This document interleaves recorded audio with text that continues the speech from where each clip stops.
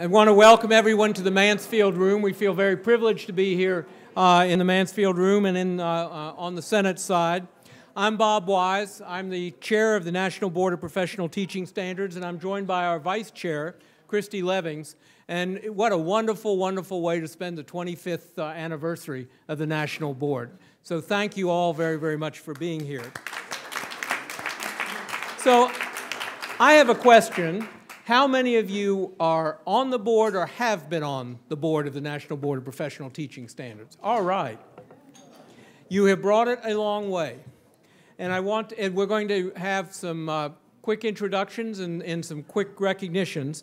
But I do want to pay special attention to those who have brought it a long way, those who have been chairs of the National Board, and Governor Hunt, of course, and we're going to hear from him in just a minute, and Barb Kelly. I saw Barb right here. Governor Barnes, Roy Barnes, who's not able to be here, have chaired the National Board. We've had a great run as well of CEOs. One who started us off, where's Jim Kelly? And Betty Castor, who's not able to be here, Joe Agabera, who has led the National Board and helped put it on a sound business path enduring some problems, and now, of course, our new CEO, and I'm going to introduce Ron in just a moment. So it's 25 years and almost 100,000 National Board certified teachers.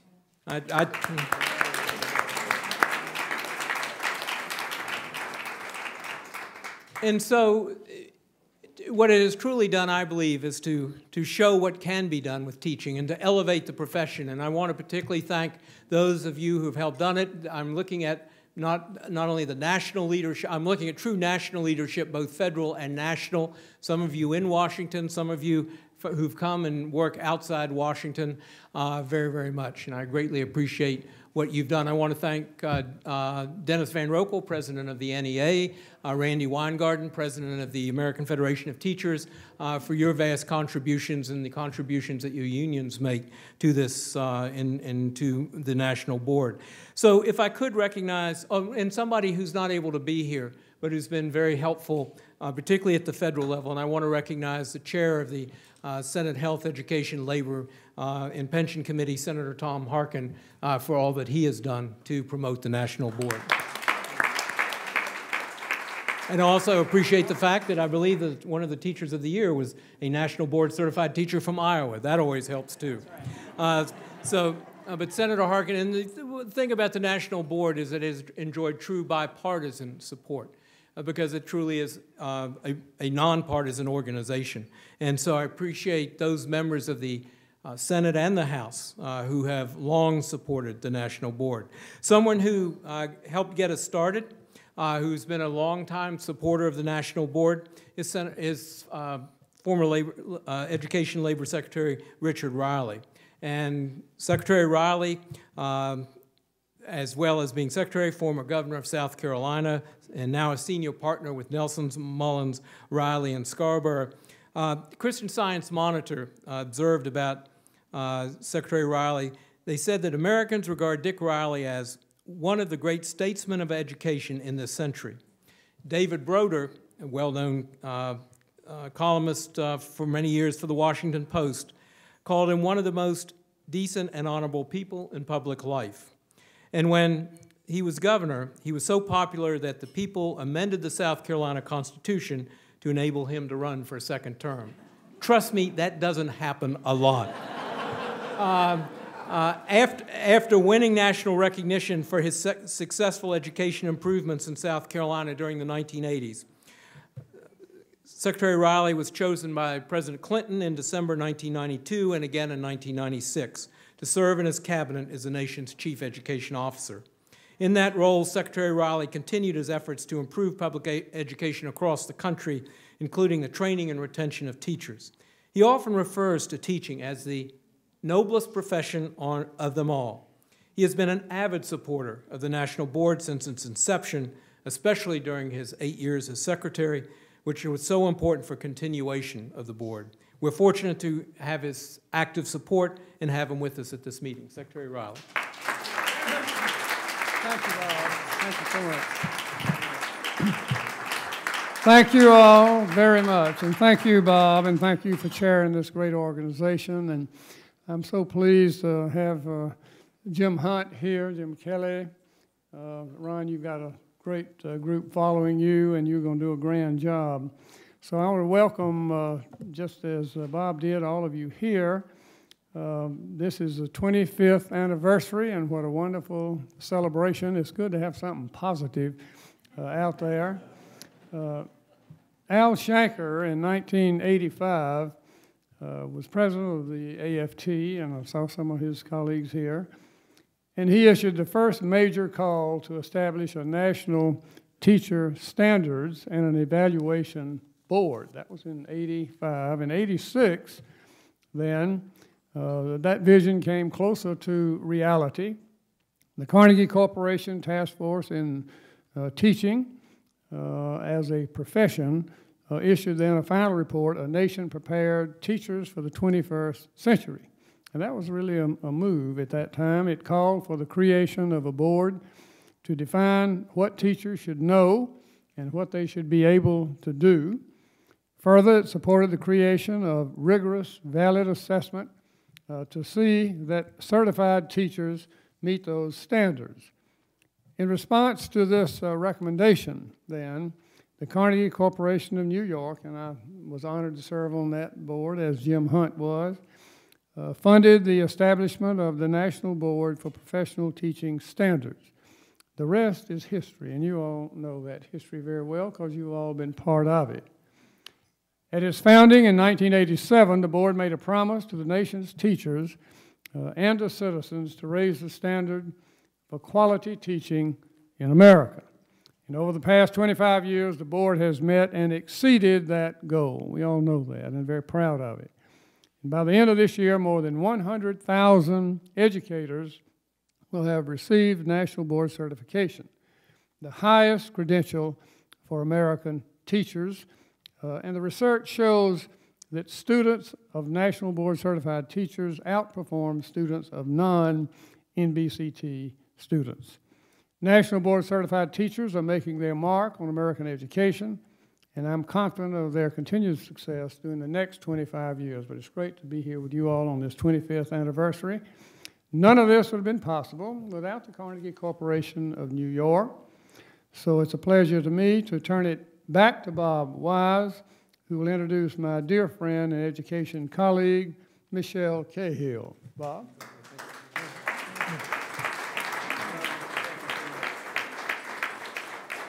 So you always need a friend to help get you started, and the Carnegie Corporation of New York clearly was that friend. And we're delighted to be joined by Michelle Cahill, the Vice President for National Program and Program Director for Urban Education of Carnegie Corporation. Michelle is Vice President for National Program, as I mentioned, and Director of Urban Education. And prior to joining Carnegie Corporation in 2007, she was Senior Counselor to New York City Department of Education Chancellor Joel Klein. Michelle was a member of the Children First senior leadership team that oversaw and implemented the first full-scale reorganization and reform of New York City's schools. She has more than 30 years in education reform. She started when she was 10.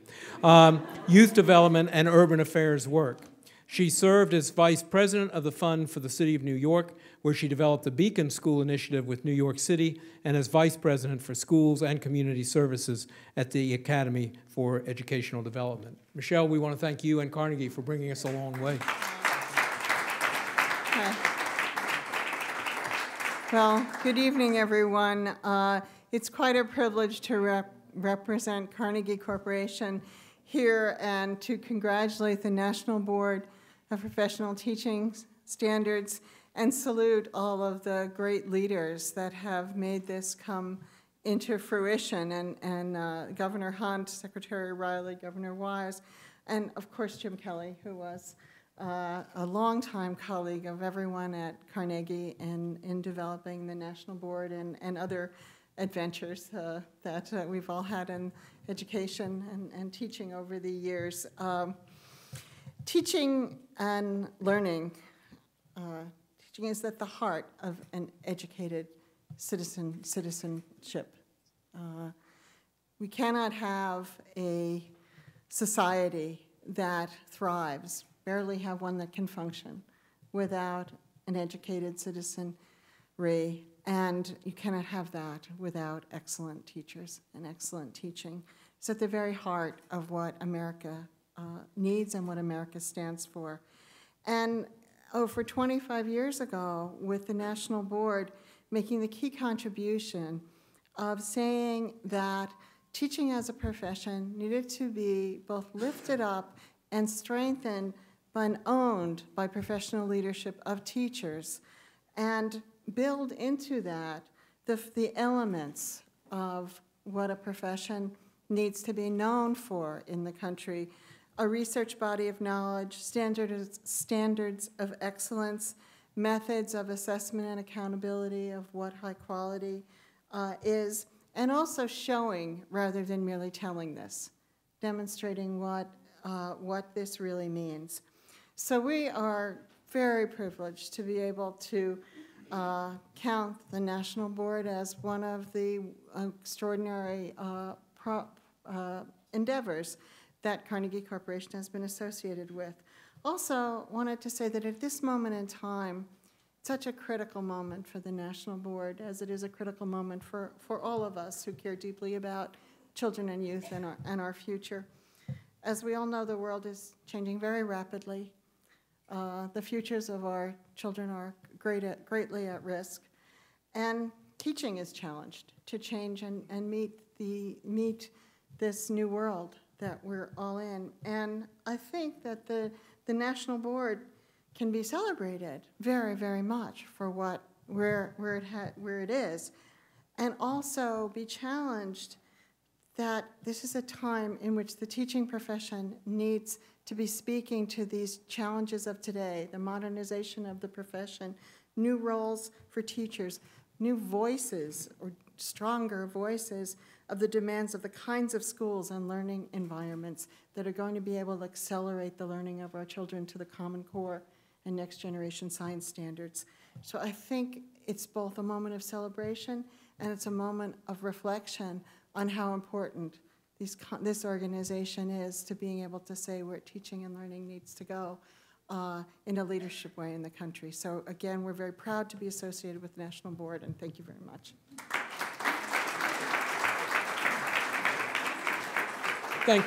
Thank you, Michelle. The next speaker we're privileged to introduce is Joanne Weiss, Chief of Staff for the Secretary of Education, Arne Duncan. And if I could just take a moment, I don't know that I've ever heard the Secretary, Joanne, give a speech about teaching in which he's not talked about National Board Certified Teachers, because he constantly is referring to his experience in Chicago, whereas one of his reform initiatives was to significantly increase the number of National Board Certified Teachers. That was a reform measure in his mind, and we certainly saw the number grow. And we're fortunate to have Joanne Weiss as Chief of Staff to the Secretary of Education. She joined the department in 2009 to serve as Senior Advisor to the Secretary and Director of Race to the Top Fund.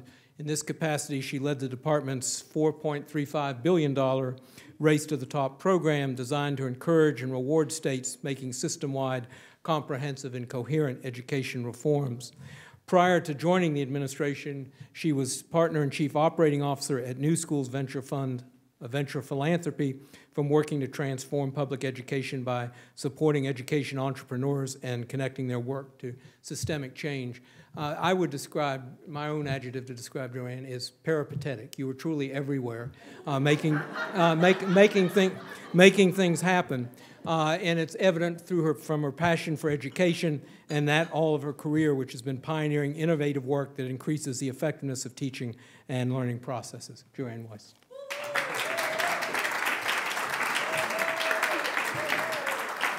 Thank you so much. You scared me with that. I wasn't sure whether we were going to pathetic or I wasn't sure where we were going.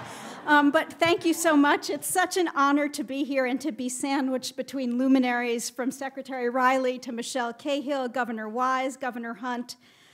In light of the distinguished list of speakers, I want to keep my comments brief. The Secretary is sorry that he couldn't be here with everybody today, but he did have 2 points that he asked me to make. First, he wanted me to give a big shout out to the National Board for its tremendous accomplishments over the last quarter century. I was worried for a minute that Bob was going to steal my thunder and give some of Arne's stats on what he did in Chicago, but luckily he didn't, so I'll share those with you in a minute. And second, he asked that I also talk about some of the challenges and very real opportunities that lie ahead in the coming years. I think it's easy to forget now, but when the National Board started 25 years ago, it faced a lot of skeptics. There were a lot of people in education who called this mission impossible, who thought that creating professional standards for what teachers should know and be able to do was really well-meaning fantasy. Educators and experts alike really questioned whether the board could come up with valid ways to measure teacher quality and reliably distinguish excellent educators. And today, I'm happy to say that it's clear that the National Board proved the skeptics wrong. You succeeded beautifully in creating, testing, and implementing rigorous standards of teaching and practice, and you've done what no one else has done. You've done it across 16 content areas that span 25 different certificates. We're not just talking about mathematics and English language arts. It's really across an incredible gamut of content areas that are so important, and it's such a tribute to what you've contributed to the field in really making sure that we keep a broad view of what a well-rounded education looked like. You're also committed to keeping your certifications current, as demonstrated by your newly updated mathematics and reading language arts standards that are now aligned with the Common Core. You also pioneered the use of videotaped classroom work and portfolios for evaluating teaching practice and student learning, two practices that are finally gaining real currency nationwide. And the board's high-quality, multi-year professional development is credited by almost all the teachers that you speak with in helping them to really powerfully reflect on and improve their craft. A lot of the ones that I've spoken to, in fact, the vast majority, will call it the most powerful professional development they've ever experienced in their careers. So not coincidentally, the number of National Board certified teachers soared from just 177 teachers in 1994 to the almost 100,000 that you heard spoken about today. In Governor Hunt's home state of North Carolina, I think almost 1 in 5 teachers is now board certified. I also want to point out how much we in the Obama administration have learned from the work of the National Board. Our new RESPECT program has the same essential mission that the National Board has had for the last quarter century. We're seeking to build a true profession for teachers, one that's really anchored in demonstrated expertise and offering career opportunities, autonomy, collaboration, compensation, and the status that accrues to comparable professions. We really need you and your 97,000 foot soldiers out there, your National Board certified teachers, to continue to lead the way so that we can have policies that follow behind in intelligent ways. We need you to keep promoting career pathways that provide opportunities for increasingly responsible roles, whether teachers choose to stay in the classroom, become instructional leaders, or move into administration. We really need your help in rethinking compensation so it's more aligned with teacher effectiveness, with levels of responsibility, so that it's high enough to attract and retain a highly skilled workforce, and so that it's consistent with the societal regard that should be accorded to this profession as it is to other professions. We also really need you to stay out front calling for distributed leadership and shared responsibility for schools where coalitions of principals and teachers create cultures of continuous learning. So we need all of this, but we also need, I think, a little bit more. We would like to see the National Board make student learning a core component of how it systematically evaluates in each of these 25 different certificate areas teacher performance, building a really robust link between board certification and classroom effectiveness.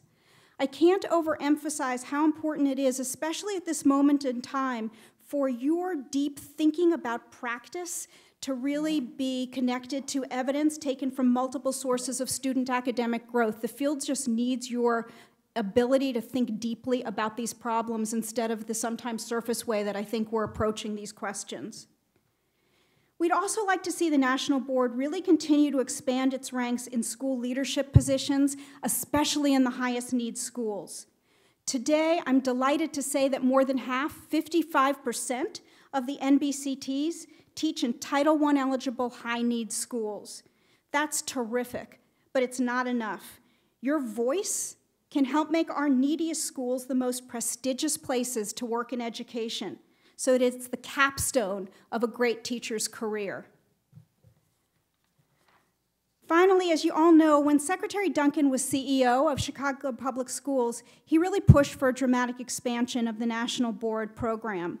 During his 7-year tenure, the number of NBCTs in Chicago Public Schools went from 11 to over 1,200.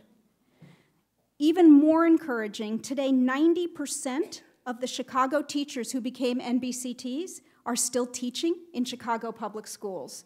The power of what you do is incredible, and it's exactly what we need in education right now. But we need more than just the 3% of teachers who are NBCTs today.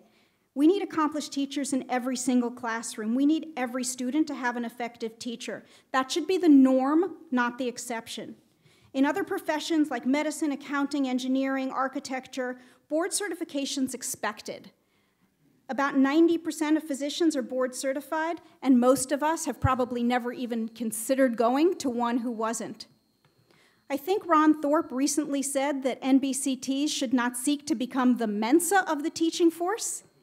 It should be a way of setting a standard to which all members of the profession aspire. You have the Secretary's full support in scaling toward this goal. Let me just close with one sort of personal thought about Ron. I had the fabulous pleasure of working with him over the past few years in organizing the first 2 international summits on the teaching profession. Ron is an outstanding teacher himself. He's also a great scholar of the field and a great learner. But on top of that, he is so smart, he is wildly creative, he's deeply caring, and he gets things done. It's no secret, I know, that in this era of tight budgets, earmarks are drawing to an end. That's hard for nonprofits like the National Board, and it's hard on education in general. But in Ron, I think you found an innovative fundraiser, but much more importantly, a really visionary leader for the next decades. You couldn't have picked a better person to lead the organization into the next quarter century. So congratulations to Ron. Good luck for another 25 outstanding years, and thank you so much for inviting me.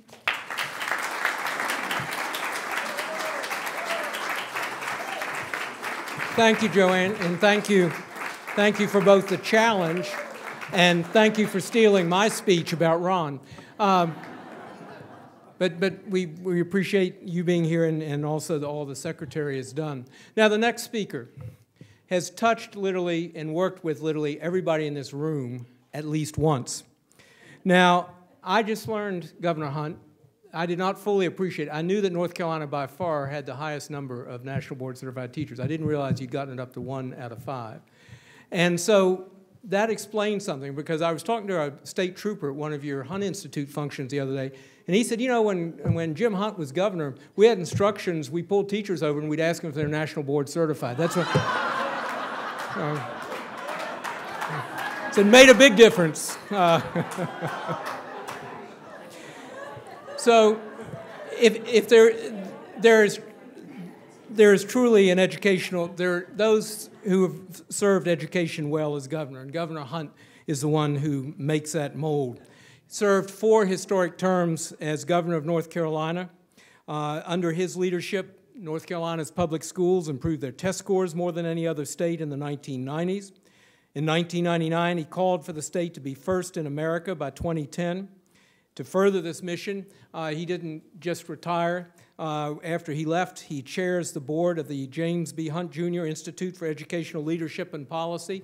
Personal note, we hear a lot, understandably, about the Common Core standards. Let's make sure we all understand where the first meeting occurred. It was convened by the Hunt Institute in North Carolina.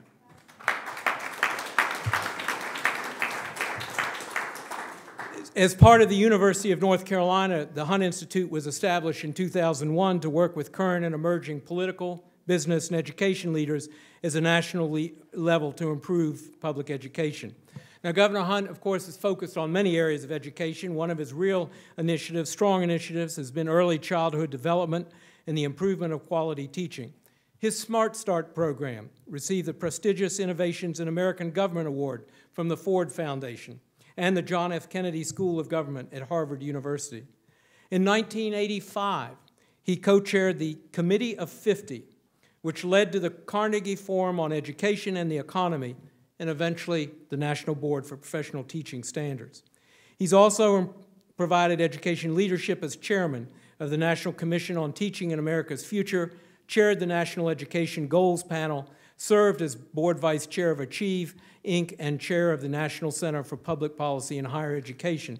Now, all of us at some point have also heard Governor Hunt issue these words. It's 22 minutes usually into a presentation, at which point he has now become impassioned and a bit frustrated with how slowly we're moving.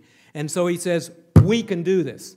And Governor Hunt, thank you for 25 years ago saying, we can do this, and that's why we're here today.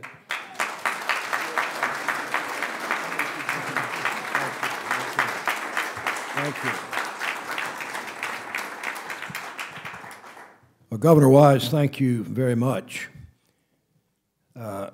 You did not say what happened to those teachers who said yes, they were board certified, nor did you tell us what happened to those who said no.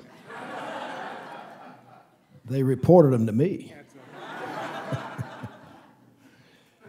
Well, folks, I am just delighted to be here with all of you. I don't have a better friend in this world than Dick Riley over here. And what a great leader. Jim Kelly, the first president for the National Board. Jim, raise your hand. What a great leader. Love that man.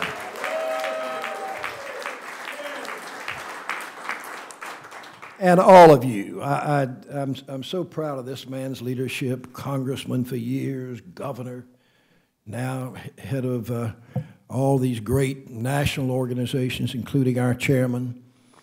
But I want to thank every one of you in this room. The heads of our great teacher unions are here. So proud of them. Fighting the fight, continuing to move strong. And great supporters and believers and helpers to the National Board. We wouldn't be where we are today if it weren't for that. Folks, I do remember when we got this started. Most people thought we didn't have a chance in the world of making this work. And when we had the first meeting and we saw the AFT and the NEA fighting like cats and dogs. Not quite that bad. But let me tell you, and I give the National Board some credit because of your great leaders and continue to this day of pulling things together and working together. And I'm really proud of all that you do. But seriously, folks weren't used to working on this. Let me tell you, once the teachers got together, they had the administrators to deal with and the school boards. Where are the school board people here tonight? I could tell you more stories about the scraps we had. And I have presided over many meetings in my life, some of them great big. I presided over something for the Democratic National, for the party one time. I had 106 people testify at one meeting in one day in Washington, D.C. when we were trying to set the rules for the Democratic Party. Can you imagine what that was like? In any event, it was really tough to get this underway, but we got people together. And why did we do that? Because people really know the importance of teaching. And they know about teachers. And they know about their children and their grandchildren. I've got 10. Dick Riley's got 14. 14. And you've got them. You've got them. You see, folks, in America, It's not hard to convince people, as I say so often in my talks, that teaching is the toughest and most important job in America, period. And they're in a close second. And I'll tell you something else that I've told my friends in politics this so many times. 1 out of every 4 families in America has a teacher in it. And if you can appeal to the parents and grandparents who care about their teachers, if you can appeal to the employers who hire them, the students coming out, and if you can appeal to those families, 1 out of 4 of whom has a teacher at a given time, and if you can't put together a political majority with all of that, if you know anything about how to do it, you ought not to be in office. But we want people who will appeal to them and pull them together and do great things. I remember at maybe the first meeting we had, and I don't know who said this, but it was a teacher who said, we really do want to create a true profession of teaching. That really hit me, Michelle. The teachers were yearning for this. And we have created it, and we all here have done it. I could go around this room and pick out the people who served on the board and who've done this work and who are still working at it. And look at the progress we've made. I was with Secretary Riley and with the President of the United States, Bill Clinton, when he said, I want 100,000. You remember that, Dick? That's what he said. Bill Clinton, I want 100,000. Well, we're just about there. A lot of them in North Carolina. I've been challenging governors ever since. Well, one governor said, I want to try to out-hunt Hunt. Well, this was the governor of Ohio or somewhere. I can't remember. He's gone now, but we need another one just like him. Now, folks, right now, we have a marvelous opportunity. This is almost a moment in history for what we can do with the National Board. There is this feeling across America, and I want us to work in a bipartisan way to improve education and teaching and everything else, early childhood. There is a big focus now on measuring effectiveness. Joanne, I was delighted when, in the great work that you and Arne and others are doing, we switched from just excellence to effectiveness. That means the children are learning. Not just the teachers are good. We want to have both. But right now, in both parties, in some of these reform ideas and so forth, people are talking about measuring effectiveness. Many of them want to attach some compensation to that if we can do it well, and we've got to do it right. I was talking to a governor the other day who said, we're going to spend 2 years working out our evaluation system. We aren't even going to think about whatever he calls paying for performance until we get that evaluation thing worked out. And that's the right way to approach it. But folks do want to know that their children are learning, and they should. Now, in all of this focus on some of these new reform ideas, the one thing a lot of people are not talking about is they learn from their teachers. Our biggest job ought to be to help those teachers be better so those students learn more. And then if you want to pay for performance and you're doing it right, then that makes some sense. You see, this is a way to come together. Parties. Folks, we have that potential now. But this work has got to be done. And we can do it.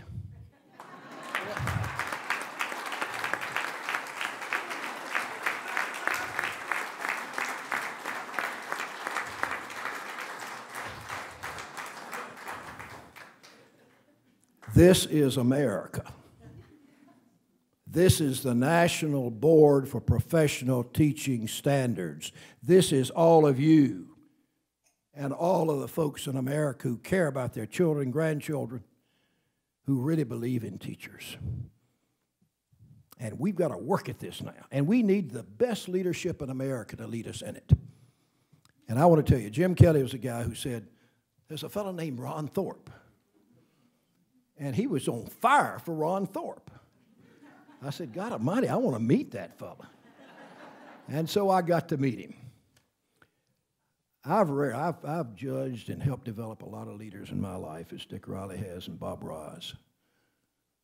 I don't know when I've been more impressed by a leader who has the potential to do big, powerful, changing things than this man.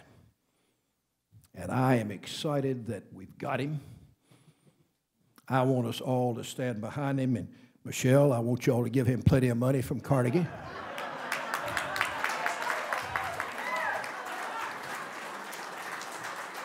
Carnegie got all this started. We want you to come back now, a new life. We want all the foundations to do it. Gates is doing some great work. And by the way, now, Joanne, y'all been nice, but need more from DOE. We need more from us. Let's resolve today, and after you hear Ron Thorpe talk, I think you will. Let's resolve today that this is going to be one of the ways that each of us in our own individual lives are going to change this profession, make it excellent, be able to show that to people, get them involved, a new surge of support for education and every child in America, and make this country all that it can be, all that it should be, all that it must be. Thank you very much.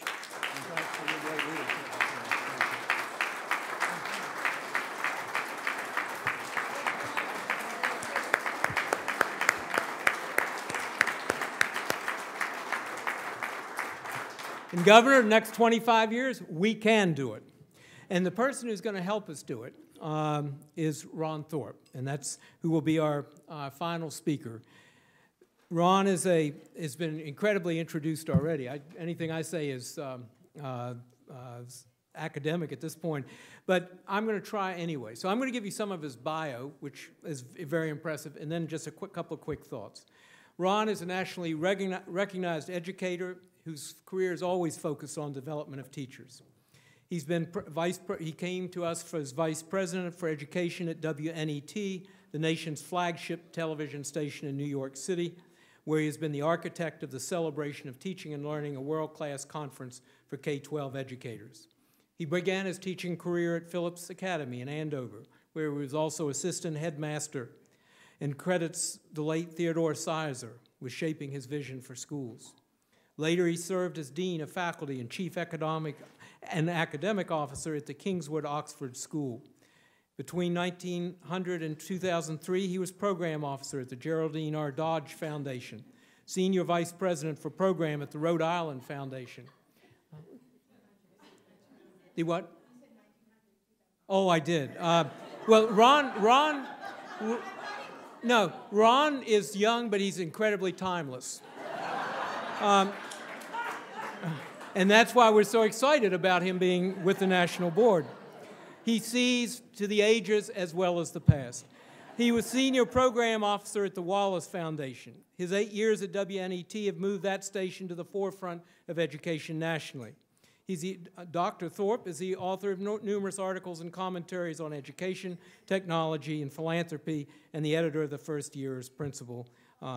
He grew up in Carlisle, Pennsylvania, as a product of public schools, graduated from Harvard, where he majored in classics and earned both his master's and doctorate at the same institution. Secretary of Education Arne Duncan has said, Ron Thorpe is an extraordinary education advocate.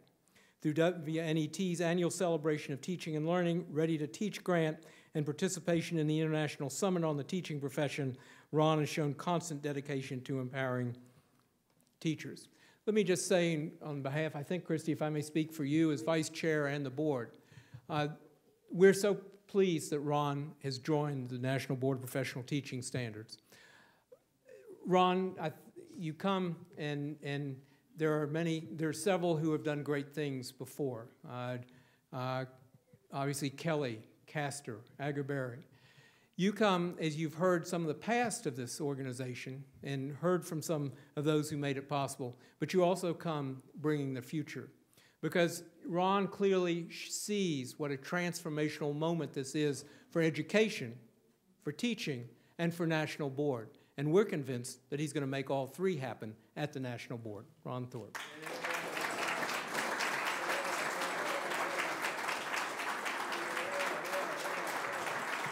Thank you.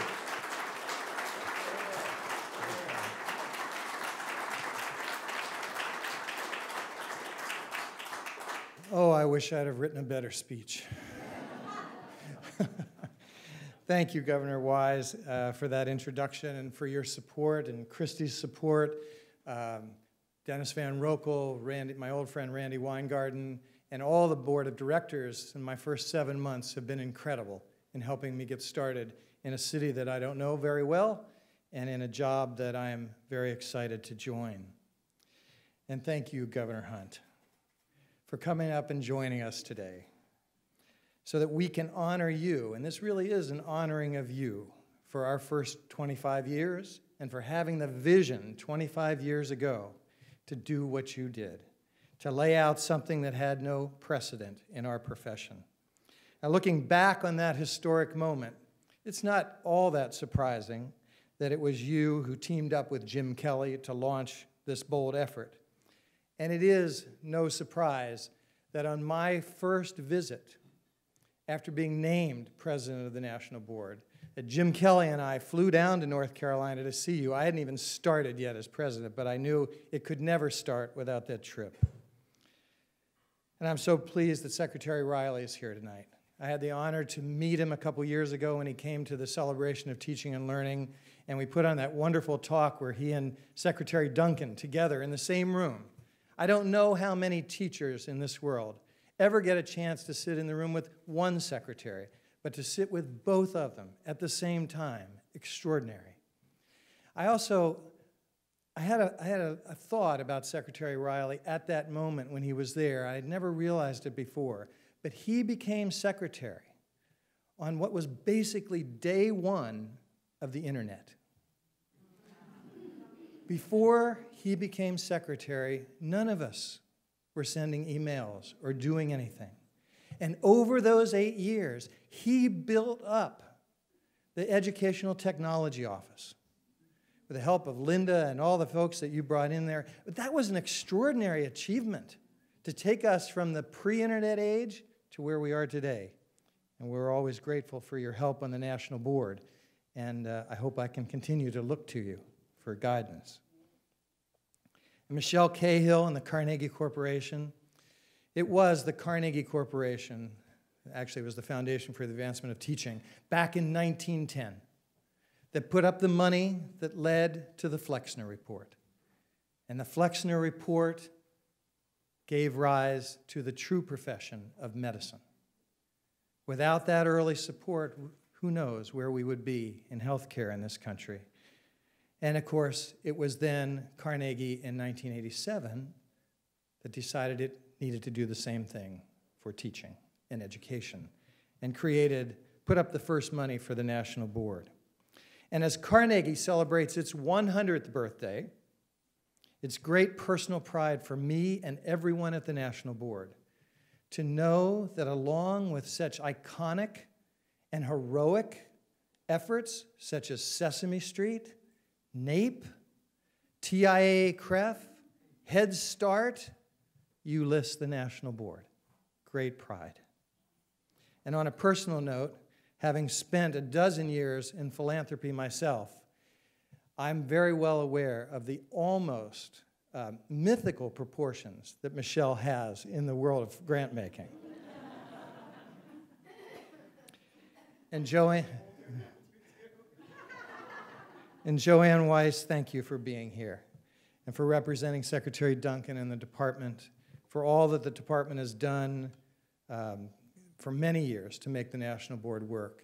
We have indeed worked on the International Summit for those 2 years. That's another thing no one ever thought could be done. That idea, by the way, came from John Wilson, who's in this room somewhere. He took it to Secretary Duncan. Thank you, John. He took it to Secretary Duncan, and we were off and running. And it was very exciting to work on. And next year, we'll be doing it in Amsterdam. I look forward to that. It is a true honor for me to be the 4th president of the National Board. Since 1974, when I entered teaching, I have had more opportunities than I can imagine. Any one of them would be a blessing, a dream state for most people. And I've had so many. I came into the field working for Ted Sizer and later became his assistant. Everything I think about in education was shaped by Ted. He's the one who told me what schools could be. In my graduate school work, I had a chance to be with Frank Keppel in my master's program. And then in my doctoral program, my advisor was Doc Howe. Those 2 amazing men, back-to-back commissioners of education, created the original ESEA, implemented it, created the Civil Rights Act, and implemented it.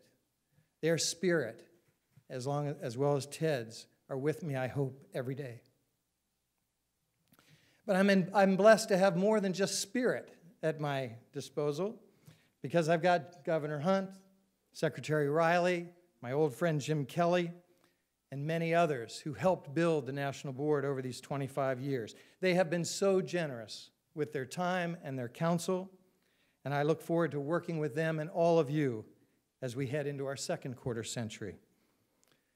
But I do want to speak about the first 25 years and all that has been achieved, because it is considerable. We have strong and worthy standards in 25 different content areas and developmental levels, constantly brought up to date with the best thinking on the Common Core, career and college readiness, technology, and all the new knowledge that we're gathering all the time about how children learn and what teachers need to do to advance that learning. We have a fair and dependable process which certifies whether teachers meet those standards. We have a growing amount of evidence that affirms students in classrooms with National Board certified teachers do better than students in other classes. And although we never have enough evidence to that regard, it is mountainous compared to what we know about master's degrees and other ways that we currently now award and reward teachers for their work. And we have this army of nearly 100,000 board-certified teachers, not only working in every state, but as you already heard, and I'm glad it was said, so now you'll remember it when you hear it again, more than half of them are working in high-need schools where we need them the most. That's not too shabby for the first 25 years. But it is, as Joanne said,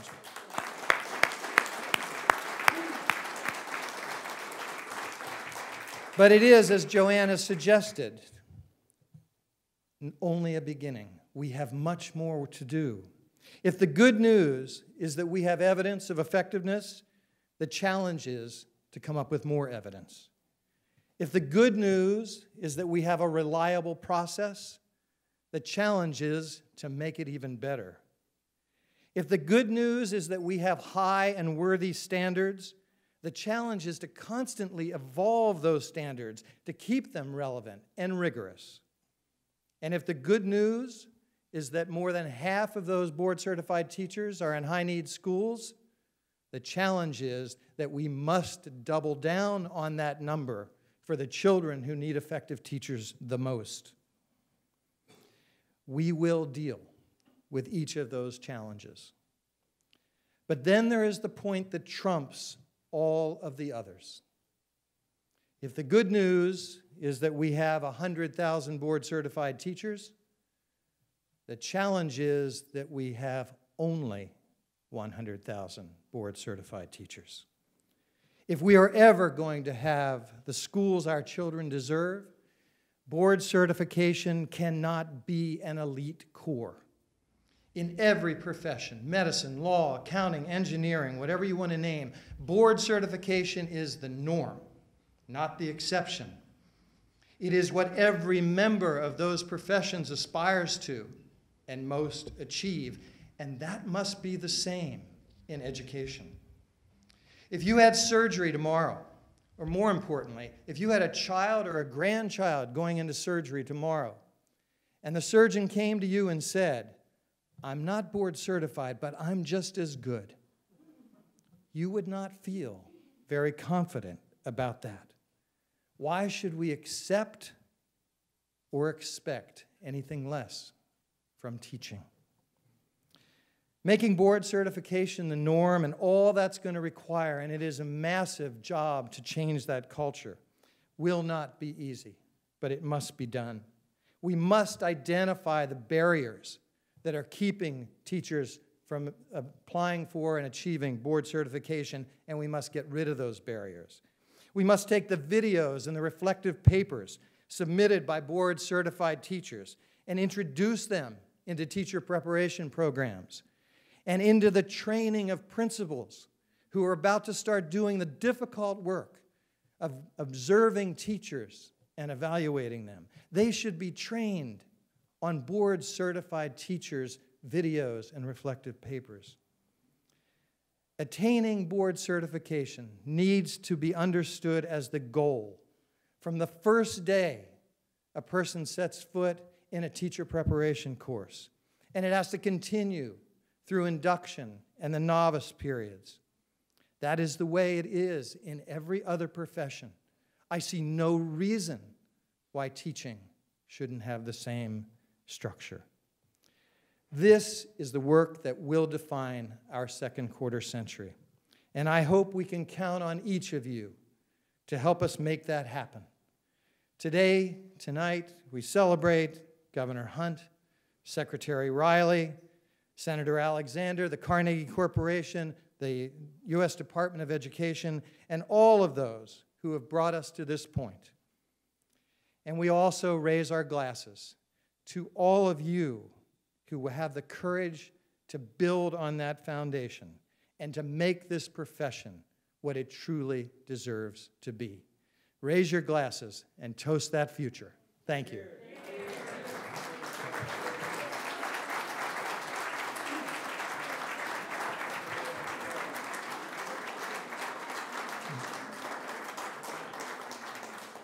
I don't know about you, I'm feeling great about the next 25 already. And so at this point, I want to thank, if I could just take a moment of personal privilege and thank all the members who are members of the Board of National Board of Professional Teaching Standards for what you do and the efforts that you make. I also wanted to thank the staff, those both in Arlington as well as in San Antonio, for the tireless work that you put in. And we don't see you all the time, but we see your product. And we see today, 25 years later, what you have wrought and what you've created. And so I just want to say thank you on behalf of a very grateful board of directors for all that the staff does. And Ron, you have a wonderful team and a wonderful leader. So Governor Hunt, Secretary Riley, Joanne, all of who've made it possible, thank you. And look forward, save the date for 25 years right here.